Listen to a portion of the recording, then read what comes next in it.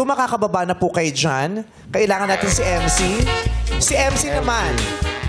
Kuya, paano magbuhat ng pasyente para ilipat from bed to wheelchair? Oo. Ayan, kailangan ng muscle dyan. Mapapalaban Ako, dalawa na yung kama. Papalaban. Oo. Kasi Eh, paano... ako to. Ay, si MC. At saka ano ka dito, ano ka, paralisado. Kabilang side niya, kuya. Para Kuya, makita dito ka ng camera. Ayan. Okay, Kuya MC, ililipat po kayo sa Magkapatid wheelchair. ba tayo dito? So, maghintay po kayo ng count ko bago po kayo itayo. So, relax lang po ha. Yung pasyente naglalaway pag nakikipag-usap. So, ilagay po natin yung kamay natin dito. Sa ating dibdib. Ayaw. Wait lang po ha, tanggalin natin. Parang itong papunta ng unang- ano yan, ah. Dahan-dahan lang po. Yung balsa mo na. Parang papunta Balsa yung para sa mo. Dapat, Gupitin na yung damit niyan. medyo dahan-dahan na po tayo dito saglit. Ano pa nga? Pwedeng tulungan po natin sarili natin. Eh, hindi Umusod nga ako dito sa makagalaw. kabila. Paano kita tutulog?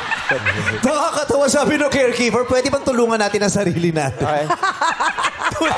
Paralisado eh. Tapos, Kailangan maikot. Paralyzed ako kaya. Gusto mo ba dito sa kabila? Ayan, sa kabila para ano. tapos, magbibilang po ako ng count 1, 2, 3. Tapos Ako? sabay tayo po tayo, pero daan-daan lang po. Upo lang po tayo. Paano? Sige. Wag po agad tayo tatayo. Okay po. Okay? 1, 2, 3. Sige. Matatato. Ang bigat. Ang Baka bigat. mahalikan kita. Baka mahalikan kita. Okay, 1, 2. May bigat eh. Sabay po tayo. Tulungan kayo. Okay po. 1, 2, 3. Ang bigat niya gawa sa hollow blocks yan eh, si MC. Ayan. Tapos At po? unti-unting nagkatitigan ang caregiver at ang kanyang pasyente. Damang-dama ng pasyente ang pagmamahal sa kanya ng kanyang caregiver. Daan-daan lang. Magpapasalamat siya. Wala siyang sakit, bungal lang talaga siya. Magpapasalamat siya dito. Sabay, Salamat. pakaliwa po tayo. Salamat. Okay po, Kuya MC. Para malipat ko na po kayo sa wheelchair. Papayakap ang pasyente sa kanyang caregiver. Maaalala kasi nito ang kanyang mga anak. Naalala ko sa iyo yung panganay ko. Huwag kang aalis, dito ka lang. Okay lang po, dito lang po ako. Hindi ko kayang mabuhay nang wala ka. Nandito lang po kami para arugain ka, palakasin ang iyong katawan. Iiyak ang pasyente sa kalungkutan. Okay, relax. Relax lang. Okay, inhale. Inhale, exhale. Relax lang. Feel na feel, ah. So, Magbibilin siya sa kanyang caregiver. I-gcash kita, mamay.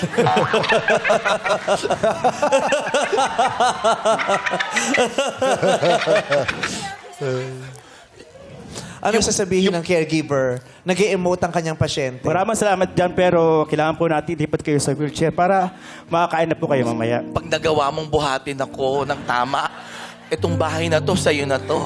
Pipilitin ko po hanggang sa aking makakaya. Tapos i-gcash kitang 800.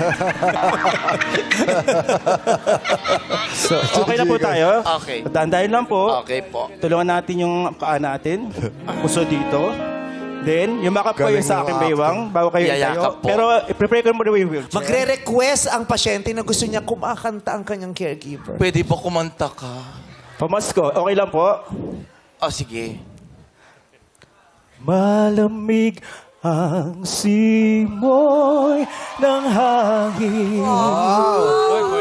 Kay saya ng bawat damdamin. Habang binubuhat siya, Buhatin mo na.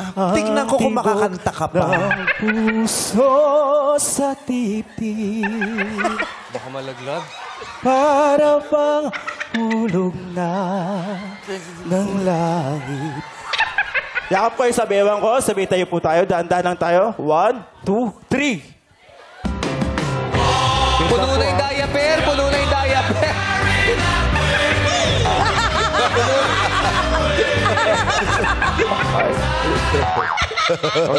Sabay po tayo. Daan-daan lang ha.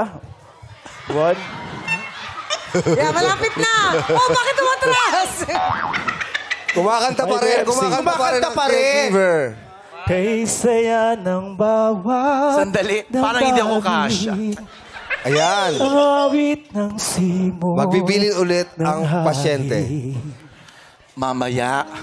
Mamaya, patayin mo yung yung ilaw, ha? Okay po, para makatulog kayo na mahingbing. Yes, tabi tayo sa kama mamaya. Hindi pwede. Sige po, maraming salamat kaya MC. Ay, teka lang. Doon sa may... Sino ba? Ay, teka lang. Maraming salamat kay number 2.